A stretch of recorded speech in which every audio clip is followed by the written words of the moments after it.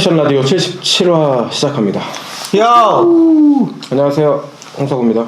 러브정입니다. 이승준입니다. 어디 갔나요? 죽었습니다. 욕을 넘어하다가 이게 태어나서 욕을 할 수 있는 수가 한정되어 있는데 그걸 넘어가지고 죽었습니다. 안 하면 안 돼? 그냥. 네. 삐처리 하다가 저희 편집자도 같이 죽었습니다. 그분 저기 데뷔하신다고?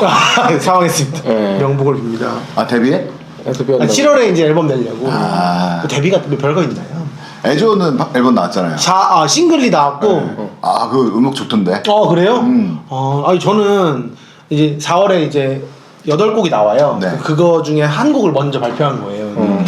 좀 너무 어려워가지고 곡이? 네, 전 너무 어렵다고 느꼈었는데 한국말이 안 나와서 한국말이 근데 나오더라. 듣다 조금씩 보니까. 살짝 넣었어요. 네. 넣어달라고 부탁했어요. 한국말이 아예 없으면 그냥 생긴 것도 그런데 맞아요. 팝송 같은 느낌이 좀 있어서 멀게 느껴지잖아요. 맞아요. 팝송 좋죠. 듣고 있다가 보면 한국말이 이거 한국말로 한 건가 이런 맞아요. 느낌이 좀 살짝 있더라고요. 그렇게 해서 요즘은 제가 봤을 때 크게 상관없어요. 왜냐면 그 혁오나 베게린 같은 예를 그쵸, 보면 그쵸. 영어로만 다 노래를 해도 걔네들은 누가 봐도 이름부터 한국 애들이잖아. 김지연 본명 김지연이거든요. 김지연으로 바꿀까봐요. 그래. 아니 그거 너무 좀 노멀하고 애종 애종. 아니 뭐 고려시대 왕이에요. 애종이 뭐예요? 그래서 왕 느낌이네. 해서 종 모양으로 약간 피자 같은 거 만들고 땡 이런 거. 선 넘네. 내 종도 꽤 괜찮은 것 같아요. 근데 진짜. 알겠습니다. 왜냐면 제가 요즘에 그 브랜딩 작업을 하는데 네. 다 그 악마다. 못됐다. 근데 애조가 그 검색하기가 좀 쉽지가 않은 거 맞아요. 너무 애조가 있고 막 약간 맞아요. 그래서 그렇게 하고 막 무슨 애조 시대가 또 애조 뭐 일본에 애조 무슨 막부. 그 애조 막부가 있더라고요. 애종 취소할게요. 뭐예요? 뭐 나왔어요? 예조. 예조? 예조는 왜요? 예조 약간 왕 느낌이다. 더. 예술적인 느낌. 내가 왕이 되겠다. 예조. 예종. 애조가 이걸 안 봐서 다행입니다. 저도 앞에 있으면 이런 얘기 못합니다. 예종이 성공하길 바라고. 근데 그 필립 그 실장님이 만든 저기 옛날 그 무슨 을지로 같은 데서 찍은 것 같은데 위아래 살짝 이렇게 계속 맞아요. 왔다 갔다 하는 그 맞아요. 티저 그게 전 되게 좋던데요. 영상. 맞아요. 간판에다가 그만의 그 그래픽을 넣으니까 인도 같더라고. 맞아요. 아니 실제로 좀 인도 느낌도 넣으려고 했던 거기도 했어요. 그리고 그 광주에서 자기가 찍었 사진이라고 하더라고요. 그렇구나. 인터넷 엄청 빨리 뭐가 나오길래 이거 인터넷 서치한겨? 이거 써도 되는 게 아니라 제가 찍은 거예요. 역시. 한국에 계속 있고 아니에요. 뉴욕에 있죠. 저. 뉴욕에 있은 지 한 달 반 됐고 뉴욕에 있는데 광주에서 사진 찍은 거야? 광주에서 찍었던 사진 가지고 있다 쓴 거죠. 훌륭한. 그러시군요. 다들 뭐 근황은 어떻게? 저는 저번 주 쉬었잖아요. 진짜 너무 좋더라고요. 저번 주에 나오던데. 나오긴 나왔어요. 근데 그 쩝쩝 소리 내다가 욕 개처럼 1분 만에 사라졌잖아요. 그렇습니다. 네. 뭐 어쨌든 저번 주에 잘 쉬었고 그리고 좀 재밌는 일이 있었는데 어제 현대백화점에서 하는 더현대서울이라고 여의도에 크게 여는 요즘에 한참 이슈잖아요. 거기 가봤어요? 거기를 오픈하자마자 제가 다른 거 프로젝트 하는 거랑 연결되는 부분이 있어서 시장조사차 갔는데 제가 10시 반에 여는데 10시 15분에 도착했어요. 줄을 조금 서 있더라고요. 진짜? 그래서 오픈런? 네, 꽤 서 있네 하고선 서 있는데 뒤로 저희 원래 있던 줄에 한 10배 쓴 거예요. 진짜 많이 쓴 거예요. 그 15분 사이에. 그래서 장난 아니다. 역시 난리도 아니구나. 코로나 시대인데 어쨌든 오프라인에 목말라 있던 게 좀 느껴지더라고요. 그렇지. 그런데 이제 제 뒤에 스트릿 입은 2명이 있었어요. 그래서 남자. 그래서 그런가 보다 하고서 서 있다가 지연이 와서 이제 제 옆으로 왔는데 갑자기 자치기 한다고? 저기요 새치기 하신 거예요? 이러는 거예요. 그래서 근데 그게 지연이 오고 거의 한 7, 8분 지나고 거의 입점하기 한 1, 2분 전에 입점한 거여서 근데 아니고 그냥 일행이라고. 근데 이게 뭐 목적이 있어서 줄 서는 게 아니라 그냥 들어가려고 줄 서는 거잖아요. 빨리 들어간다고 이득 있는 것도 아닌데. 네, 그래서 아니, 왜 그러시냐 이거 앞으로 오시라 했더니 아니 알만한 분이신 것 같은데 우리 쪽 사람인 것 같은데 잘못 봤네. 우리 쪽 알만한 분이 아닌데 우리 쪽 사람인 것 같은데 막 그런다고 뭐라고 하는 거예요. 그래서 제가 이해를 못하고 그러고 있는데 갑자기 지연이가 저희 리셀러 아니에요 이렇게 한 거예요 바로. 그러니까 얘네들은 빨리 뛰어 올라가지고 리셀 그걸 줄을 서야 되는데 제가 뭘 신고 있었냐면 그 캐피탈 카키색 바지 기억나세요? 뒤에 스마일 막 그려져 있는 거 거기에 이 신발을 신고 있었거든요. 이 아주 리셀러가 신을 법한 신발. 이런 신발을 왜 돈 주고 사는 거예요? 그러니까 리셀이 될 줄 알고 샀다가 미친 것 같아. 수고도 안 팔리는 거지. 아 저는 그냥 이뻐서 샀어요. 농담입니다. 예뻐요. 네. 네. 억지로 거짓말이 너무 슬프네. 심 좀 뱉어도 돼요? 승준아 너 어디다 대고 지금 보링 뭐 이런 얘기 하지도 마 이제부터. 그래가지고 저한테 그래서 너무 쇼크요. 그래서 저 리셀러 아니에요. 근데 누가 봐도 제가 봐도 리셀러처럼 입은 거예요 옷을. 그래서 막 뭐라고 하는 와중에 들어가길래 그냥 들어갔는데. 아 지현 씨가 센스가 있네. 이 상황이 뭔 상황인지 탁 파악을 했구나. 장난 아니에요. 근데 그리고 저희 리셀러 아니에요 하고 막 올라가는 그러니까 이제 화가 나잖아요 어쨌든. 근데 왜 화가 나는 건데? 아이 나 리셀러 취급했는데 졸라 뛰어가는 거예요. 그래서 저도 모르게 그 사람 말하는 백화점에서 리셀러 존나 뛰네 이렇게 한 거예요. 그러니까 지현이가 쪽팔린다고 하지 말라고 하고 도망갔는데 죄송합니다. 새치기 한 건 맞죠, 솔직히. 새치기죠. 새치기인가요? 그 일행이 근데 껴주는 건데 원래 만나기로 한 거 아니야? 원래 만나긴 했는데 어쨌든 그들한테는 없었던 한 명이었는데 뭐 좀 애매한 상황이라고 생각해요. 근데 새치기죠. 근데 일반적으로는 그렇게 뭐 한 명 뭐 일행이어서 끼어든다고 하면은 그거 가지고 뭐라 할 사람은 없어요. 그렇죠. 왜냐면 그냥 백화점 들어가는 그런 거 거니까. 아닐까? 근데 리셀러들끼리 서로 경쟁한다고 생각하면 좀 그럴 수도 그럴 수 있죠. 있어요. 그래서 한 사람에 살 수 있는 그게 그치, 구자가 그치. 또 맞아요. 제한이니까. 리셀러 그러니까 리셀러 같이 보인 게 잘못이지. 제 잘못이에요. 진짜 미안하더라고요. 제가 화가 났었는데 미안하더라고 리셀러처럼 입어가지고. 그래서 그 바지와 이 신발은 절대 다신같이 매치 안 하겠다는 굳은 다짐을 했습니다. 아니 그 바지는 잘못이 크게 없을 것 같아요. 알겠습니다. 뭐 어쨌든 그런 일이 있었습니다. 그래서 실제로 본 더현대는 어땠나요? 좋았어요. 그러니까 저는 현대가 제일 후지다고 생각했거든요. 신세계, 롯데, 현대, 갤러리아인데 갤러리아는 뭐 몇 개 없으니까 빼고 현대가 제일 후져요. 롯데는 지향점이 확실해요. 그냥 온갖 사람에게 오지게 팔겠다고. 신세계는 난 고급이야 하는데 현대 좀 어중간해서 백화점 가지도 않았거든요. 근데 가보니까 엄청 잘해놓은 거예요. 막 백화점 1층 완전 제일 가운데다가 예술작품 갖다 놔서 막 체험할 수 있게 하고 그냥 소위 말하는 인스타그램업이라는 것들을 설치하고 막 꼭대기에 무슨 공중정원 같은 것도 만들어 놓고 막 전시장 물론 이제 백화점에 항상 전시장이 있어요. 아주 잔잔하게 작은 전시장들이 있잖아요. 근데 그런 느낌 아니고 아예 완전히 크게 그냥 미술관 같은 급의 앤디올 전시하고 있더라고요. 좀 이해가 안 가요. 그 산책은 왜 입점 문의가 안 들어왔을까? 와, 제 주변에 그런 얘기 하는 사람들이 몇 개 있어요. 몇 개? 꽤 있는데 사람 취급도 안 한다는 거지. 저 그런 애 아니에요. 근데 나도 그 얘기가 들으니까 생각나는데 아이엠샵에서 뭐를 저기 시켰는데 전화가 왔어요. 그래서 그 물건이 품절이래. 그래서 그래요? 아쉽네 그랬더니 근데 그 현대백화점에 매장을 오픈을 했는데 거기에 있다. 거기 있을지 모르니까 확인을 해보겠대요. 그 확인해보고 전화해야 되는 거 아니야? 자기 매장이잖아 거기도. 매장에 있는 했나 보다. 그래가지고 급했으시죠? 아이엠샵도 거기 오픈을 했구나. 네, 맞아요. 아이엠샵도 들어갔고 스컬프도 들어가고 디스니네보대 헤이츠 스토어. 네, 하이츠 익스체인지라는 이름으로 들어가고 그 외에 제가 막 가구 좋아했잖아요. 막 콜렉트 뭐 세컨핸즈로 하는 거. 네네 그런 사무엘 스몰즈. 맞아 사무엘 스몰즈 막 이런 것들 다 잔뜩 들어가 있어서 볼 건 진짜 풍성하고 먹을 것도 좋았어요. 세컨핸즈 샵들이 백화점에 거기엔 많이 들어갔다 그래서 네. 그거 수수료를 어떻게 띄나 싶은 생각이 들더라고요. 그러게요. 뭐 복잡하겠지만 뭐 그거는 제가 봤을 때 그런 그 뭐 매장의 뭐 컨디션에 따라서 어느 정도 하지 않을까 싶고, 그러니까 제가 좀 재밌다고 생각했던 것들은 그 매장 중에 명품 리셀 매장 용정 컬렉션.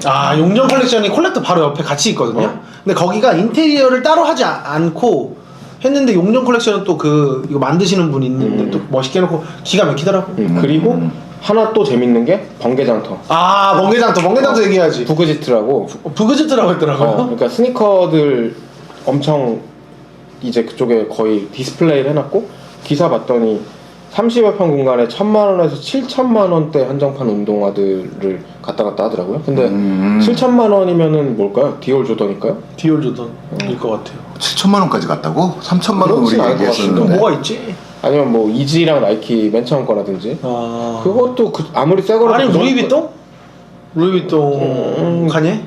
그건 그 정도까지는 안 될 것 같은데 모르겠어요 아무튼. 네. 음. 근데 그런 좀 세컨핸즈들의 숍들이 백화점에 들어온다는 거는 약간 확실하게 트렌드에 반영인 것 같아요. 맞아요. 네. 진짜 당근이랑 번개가 우리나라 젊은 사람들한테 중고에 눈뜨게 해줬잖아요. 맞아요. 네, 중고 시장에 좋은 것 같습니다. 저는. 아주 좋은 것 같아. 그리고 좀 전체적으로 흥미로웠어요. 그냥 백화점이 지나긴 번개상터 했구나. 앱 지웠어. 너무 사가지고요. 아니 그냥 산 것도 안 쓰게 되고 그 세컨핸즈라는 그거 다 게. 주시면 되잖아요. 아 그래서 어우. 어저께 저는 새로운 경험을 했는데 아름다운 가게에 기증을 하러 갔었어요. 아 좋네요. 그래서 옷을 그냥 승준이 같은 애 달라 그러면 마지못해 주고 뭐 이러는 거 이제 그만하고. 그럼 마지못해 주세요. 그냥 그래요. 너는 내가 왜 달라 그런지 모르겠는 게 안 들어가잖아. 저도 그 이 공간을 이제 책과 세컨핸즈들을 같이 판매하려고 오브제 판매하려고 하기 때문에 저기 보이시죠? 아 저희가 그 기증함인가요? 아니에요. 다 지금 어마어마한 가격대에 아 세컨핸즈들을 뭐 하는 물건들은 거야? 뭐 거의 없고 저 지금 사면 안 되죠. 네, 저렴한 그러니까 디자이너 브랜드들을 아주 저렴하게 거의 저희 예전에 했던 벼룩시장급으로 그냥 확 팔아보려고 하고 그러면서 저 느낌으로 바로 소파도 되는 저 지금 깔고 소파라고 주신 앉았다가 거예요? 파는 거예요. 아차 싶네요. 엔간하면 제가 성을 지지 않는데. DIY이면서 네. 약간 그런 친환경 안 그래도 먼저 와가지고 저걸 왜 저렇게 놨을까에 대한 고민을 했었거든요. 소파라는 걸 상상도 생각 못했어요. 못했네. 네, 아예 상상도 못했어요. 네. 꼭 근데 이렇게 아무튼 그 아름다운 가게 세상에 네거티브한 네, 아름다운 거 아름다운 가게 거기 가봤더니 안 가봤죠? 아니 저는 오픈 한 날 갔어요. 아 그래요? 그 집에서 그렇게 멀지 않더라고요. 그래서 숙대 입구역 쪽에 하나 있는데 여기저기 있잖아요. 그 딱 갔더니 뭐 기증하러 왔냐 뭐 처음 해봤냐 뭐 이러면서 이거 해주는 학생들 같은 친구들인데 100% 자원봉사자거든요. 네. 벌써 이 사람들은 착해 보이더라고. 맞아요. 순해. 그럼 저 같은 애들 안 해요 자원봉사. 그러니까 자원봉사를 거기에다 하고 뭐 그것도 막 가르쳐 줘가면서 막 이렇게 하고 이러는 거 맞아, 보니까 야 세상에 이렇게 착한 애들이 이렇게 있는데 내 주변에서 이런 생각도 좀 그럴 수 살짝 있어요. 들으면서 화면과 덩어리들. 그게 그거예요. 그러니까 유유상종이라. 그건 몰랐네. 하긴 나도 평생 자원봉사라는 걸 해본 적이 없는 것 그쵸 같아요. 그쵸. 옛날 시대여가지고 자원봉사 플러스 점수 같은 것도 없어졌잖아요. 아예 없었죠. 저희는 그래서 그런 게 있어가지고 하긴 봉사활동. 했었는데. 아무튼 그런 사람들도 있구나 세상에 새삼스럽게 느끼고 그리고 돌아왔고 또 이제 저는 인상적이었던 거는 이제 드디어 이제 백신이 시작이 맞다. 됐잖아요. 그래가지고 뭐 첫날 뭐 5천 몇 명 뭐 이렇게 맞았다 그러더라고요. 만 명 넘게 맞은 거 아니에요? 5천 명이에요? 5천 명 뉴스에서 그렇게 나왔던데. 그래서 이게 나라가 이제 예전보다는 잘 돌아가는 나라가 된 그런 그건 확실하죠. 증거가 아닌가. 공짜로. 첫날에 일본 9일 먼저 시작했는데 바로 앞지른 거 같던데? 그렇죠. 한국이 워낙 시스템이나 이런 것들이 잘 돼 있고 특히 그 실무에 계신 분들이 진짜 엄청난 책임감으로 하시잖아요. 그 접종하시는 의사분들이 막 전날 긴장해가지고 잠도 잘 못 자고 막 그러셨대요. 그 책임감 때문에. 근데 그럴 수 있어. 너무 스트레스 받을 것 같아. 그러니까 근데 뭐 조금만 잘못하면 사람들 또 얼마나 뭐라 그래. 그렇게 할 테니까. 근데 저는 그냥 쭉쭉 어쨌든 밀고 갔으면 좋겠고 사실 그 흔드는 것들이거든요. 그 뭐 예를 들어 백신을 접종해도 뭐라 그래, 안 해도 뭐라 그래, 뭐 어쩌라고. 뭐라 그래. 처음에는 너무 확보를 못했다고 욕하고 나중엔 너무 많이 확보했다고. 재고가 너무 많이 남아서 어쩌고 한다고 뭐라고 하고. 진짜요? 네. 그 다음에는 대통령부터 맞으라고 막 뭐라 그러고. 그러니까 진짜 진짜. 아니, 대통령도 아니고. 대통령부터 맞으면 되지. 그러니까 그거를 뭐 맞을 수도 있고 안 맞을 수도 그쵸, 있는데 그쵸. 그거를 너 맞아봐 뭐 이런 식으로 하니까 예를 들어 이거지. 그러니까 리스크가 있으니까 책임질 사람부터 맞아라 뭐 이런 건데 뭐 아무튼 그거는 뭐 수칙에 따라서 한다고 이제 저기 다 정리가 됐죠. 근데 정말 그런 것들 보면은 좀 언론은 확실히 문제인 것 같아요. 제가 봤을 때. 맞습니다. 그리고 또 저한테 좀 중요한 게 있었는데 이 생각이 또 갑자기 날아가 버렸네. 그럴 수 있어요. 안 중요한 거 아닐까요? 엄청 중요하진 않았던 것 아주 같아. 중요하진 않았나 봐. 생각이 안 나는 거 보니까. 회사 일. 생각이 났다. 났다. 전세가 연장을 해야 되는 타이밍. 벌써 2년이 됐어요? 타임이 이제 된 거예요. 7월 달에 연장인데 네. 그래도 이제 뭐 몇 달 전에 얘기를 해야 되잖아요. 그쵸. 근데 지금 원래 한 번 연장까지는 법적으로 보장이 되어 있어요. 맞아요. 근데 지금 전세값이 워낙에 내가 들어갔을 때보다 올랐기 때문에 사람들이 뭐 이렇게 핑계 대고 연장을 안 해주는 경우가 네. 좀 있다고 하더라고요. 실거주 하겠다거나. 그래서 이제 그 들어갔을 때 했던 그 부동산에다가 이제 연락해서 얘기를 했더니 알아보겠습니다 이러더니 며칠 있다가 어머님이 입주를 하셔야 되기 때문에 연장이 안 될 것 같다고 딱 그렇게 얘기를 하는 거예요. 그래서 그 열이 막 받잖아요. 왜냐면 우리 집의 그 집주인이 본인이 거의 내가 계약했을 때 이미 60이 넘었으면 어머님이 입주해야 되겠다는 얘기가 좀 사실 와닿지가 않는 그쵸. 얘기거든요. 혼자서 사신다고 하는 게. 그래서 처음에는 이거를 고발을 할까 막 별의별 생각이 들었는데 그렇게 하지 말고 그냥 한번 그냥 전화를 해서 좋은 말로 한번 읍소를 해보자. 내가 금액을 그 원래 정해진 그거보다 좀 올려드리더라도 이사 가려고 생각하니까 너무 불편하더라고요. 맞아요. 그래서 전화를 했더니 이분이 전화줘서 너무 고맙대. 그리고 그렇게 얘기해줘서 고맙다는 거야. 진짜로 어머님이 들어오시려고 그랬는데 며칠 전에 돌아가셨대. 아이고. 그래서 안 가도 되게 됐는데 내가 거기다 대고 막 승질내고 그랬었어 봐.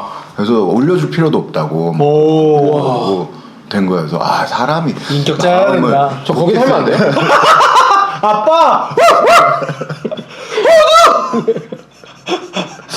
호두 투라고 접니다. 근데 진짜로. 진짜로. 네. 진짜로 같이 산다고? 거기 좋긴 좋아요. 거기서 살면 삶이 되게 윤택하고 잘생겨질 것 같아요. 젊은 의견이 그게 아닌가. 그거는 호두를 봐도 요즘에 호두가 인물이라는 거 보면 참 신기한 것 같아요.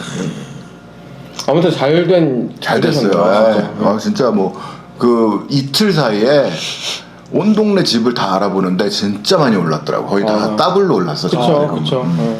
깜짝 놀랐습니다. 아유, 나 그 거주난 그런 것들이 좀 언제 해결이 될까 싶긴 한데 당분간은 아마 안 될 가능성이 상당히 높고 특히 서울 같은 경우는 답답죠. 근데 이번에 나온 정책들이 좀 괜찮대요. 맞아요. 뭐 여러 가지 또 그것들을 어쨌든 상쇄하기 위해서 뭔가들 하는데 개인적으로 조금 약간 궁금증이랄까 그런 것들이 하나 있는 게 그러니까 어쨌든간 그 지표상으로 보면 소위 말하는 어떤 그 민주 정권들 그러니까 노무현 대통령 때와 문재인 현 대통령 때 보면은 부동산이 폭등을 해요. 그러니까 자산들이 그러니까 그런 일종의 고정 자산이라고 하는 그런 쪽이 그런데 실제로 정말로 이명박이랑 박근혜 때는 이명박 때는 또 내렸고 박근혜 때는 막 집사라고 대출 엄청 하라고 법들을 다 바꿔놔가지고 그때 물론 여러 가지 이제 투기꾼이나 많은 그런 사람들의 것들이 지금 정권에 터진 것도 많긴 하지만 왜 그것들은 반복되나 저는 이제 왜냐면은 그러니까 부동산이라는 건 정말 삶의 의식주 거기에 너무 연결되어 있으니까 이게 그 사람들의 정치 성향까지 너무 쉽게 맞아요. 좌우를 하는 거죠. 그러니까 4월달에 뭐 이쪽 당에 표를 줬던 사람들이 맞아요. 이제 그 폭등으로 인해서 좌절감을 맛보면 그냥 정권에 돌아서 버린단 말이에요. 바로 돌아서요. 중도들은 다 돌아서요, 진짜. 이거 진짜 어쩔 수 없는 문제인 게 내가 진짜 대깨문이거든요. 문재인 대통령 인스타그램에 거의 다 하트 누르는 사람인데 이런 일이 벌어지니까 이 정권에 대한 약간 불만감이 생기더라고. 물론 이게 정확한 건지 모르겠지만 저희 아빠가 어쨌든 경제학자인데 그게 양 정권 개파가 있잖아요. 그거에 따라서 그 경제학자들 개파도 좀 다르대요.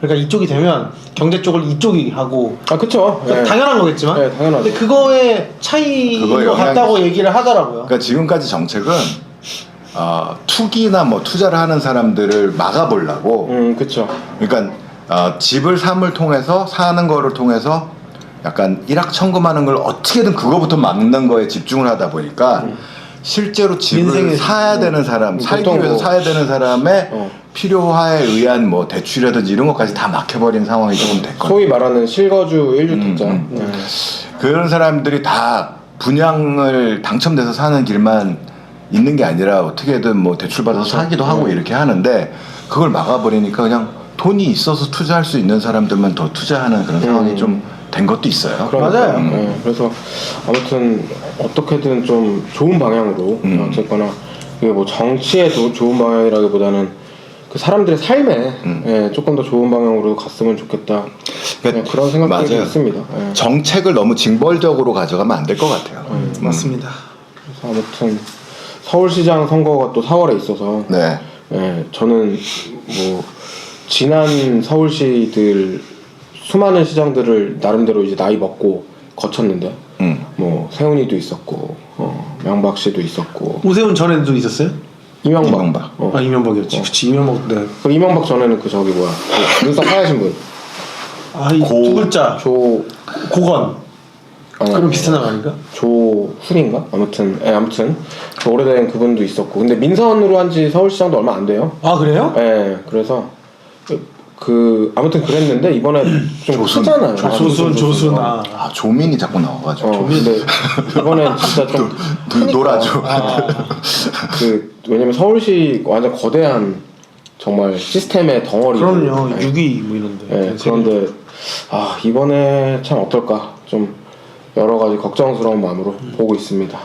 그런 거 보면은 그 당시에 이 오세훈 씨가 젊은 나이에 그 서울시장이 된 건 되게 프레시한 맞아요. 그거였었던 것 같아요. 지금 봐도 그분이 뭐 아직도 그렇게 늙지 않았잖아요. 늙으신 분이 아니던데. 아무튼 그걸 왜 박차고 나오셨는지.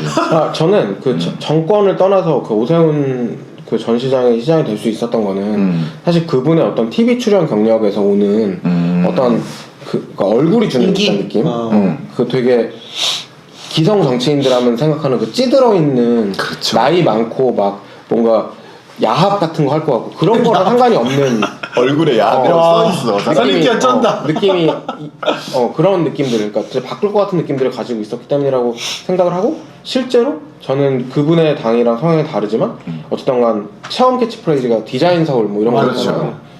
근데 그때 열심히 정말 일했구나. 실망을 했던 게 그러니까 예를 들어서 사실 그 DDP 만든 게 오세훈이에요. 맞아요. 예, 뭐 그런데 저는 그 변호사 출신의 젊은 어떤 여러 가지 행정 경험이 오히려 없기 때문에 할 수 있는 무언가들 같은 것들이 좀 있을 거라고 생각을 했음에도 뭐 공적도 있고 그 오세훈 때도 뭐 디자인 서울 이런 것들을 했지만 제가 좀 아쉬웠던 거는 그 디자인이라는 건 되게 섬세하고 엄청나게 거대한 계획을 세워야 된단 말이에요. 특히 공공 디자인, 도시 디자인 같은 그쵸. 경우. 그리고 디테일하게. 도시 디자인이라는 거에서 제일 중요한 거는 사실 거대한 건물을 세우는 게 아니에요. 네, 왜냐면 도시 정책이나 도시 디자인이 잘 되어 있는 도시에 가보면 그걸 느낄 수 있거든요. 저는 그런 도시 중 한 곳이 그냥 제 개인적으로 그 독일의 베를린이라고 생각을 하는데 베를린 가보면 되게 심심한 도시예요, 실제로. 인터넷에 보여지는 이미지는 뭔가 막 퀴어들 클럽 있고 막 그런 뭔가 되게 클럽은 있어. 있겠죠. 그렇지만 이제 그것들이 도시 문화의 일부를 구성하고 있고 실제 도시 자체는 그 길의 구역이나 뭐 이런 사인들이나 그런 것들이 엄청 간결하면서 직관적으로 돼 있거든요. 네, 그래서 그러면서도 이제 무언가들이 조화가 돼 있어야 되는데 예를 들어 지금도 그 흉물로 남아 있는 뭐 세빛 둥둥섬 같은 경우들 봐도 저는 그 행정가 정치인 출신의 행정가들이 도시를 자신들의 어떤 포트폴리오로 세금을 들여가지고 하려고 하는 정책들에 굉장히 반대하고 그런 것들을 사실 전임 이제 돌아가신 그 시장님이 좀 지양하셨기 때문에 좀 좋았었던 거거든요. 그런데 뭐 민주당이 되든 뭐 국힘당이 되든 다음 서울시장도 가능하면 도시를 망치는 종류의 개발은 하지 않았으면 좋겠다. 그게 저의 좀 바람입니다. 좀 큰 바람. 그게 나도 이제 직장 생활을 오래 해보니까 그런 경우가 왜 생기는가를 정확하게 이해하는데 그러니까 뭐 어떤 회사의 사장이라든지 아니면 뭐 뭐 높은 임원이라든지 뭐 해외 본사에서 온 외국인이라든지 이런 사람들은 자기가 있는 동안에 맞죠. 예. 뭔가를 남기고 싶어하는 맞아요. 욕망이 네. 있어요. 그러면 뭐 큰 매장을 하나 막 멋지게 지으려고 한다든지 뭐 막 이런 것들에 대한 그게 이제 그 기간이 뭐 그렇게 해서 하는 사람들이 이렇게 길지는 않거든요. 맞죠. 네. 뭐 3년, 4년 뭐 길어봐야 그래요. 2, 3년이야 보통. 그 기간 동안에 그거를 그렇게 큰 덩어리들 하나씩 이렇게 탄생시키려고 하다 보니까 이게 조금 급하게 이렇게 되는 것들이 좀 있는 것 같더라고요. 맞습니다.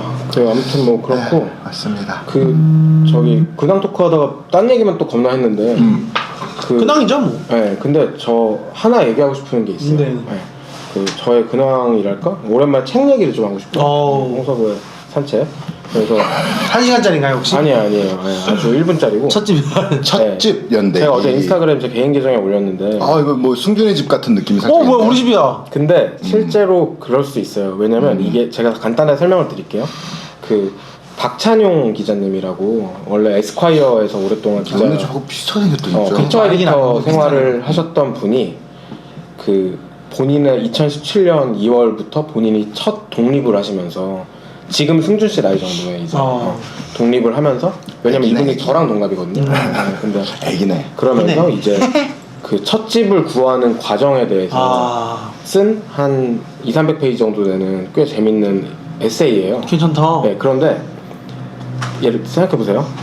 에스콰이어 출신의 남자 에디터가 첫 집을 서울에서 구하는 연대기를 썼으면 그 고정관념이라는 게 생길 수 있잖아요. 가령 가구는 어디서 존나 멋있구만. 막 어쩌고 하는데 간지나는 걸로. 이 책이 상당히 잘 읽히고 재밌는 점이 그러니까 저는 글 쓰는 것들이 그렇다고 생각하지만은 그 남들이 봤을 때 이런 거는 좀 안 써도 될 법한 것도 다 쓰시거든요.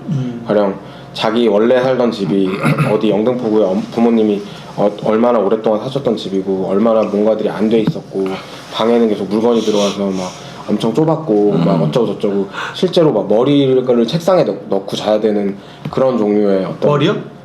그러니까 좁아서. 이해할 수 있지. 그랬다가 집들을 구하는데 이분 실제로 봐도 되게 재밌는 분인데 그러니까 막 뻔하게 재밌다기보다는 그냥 재밌거든 사람이.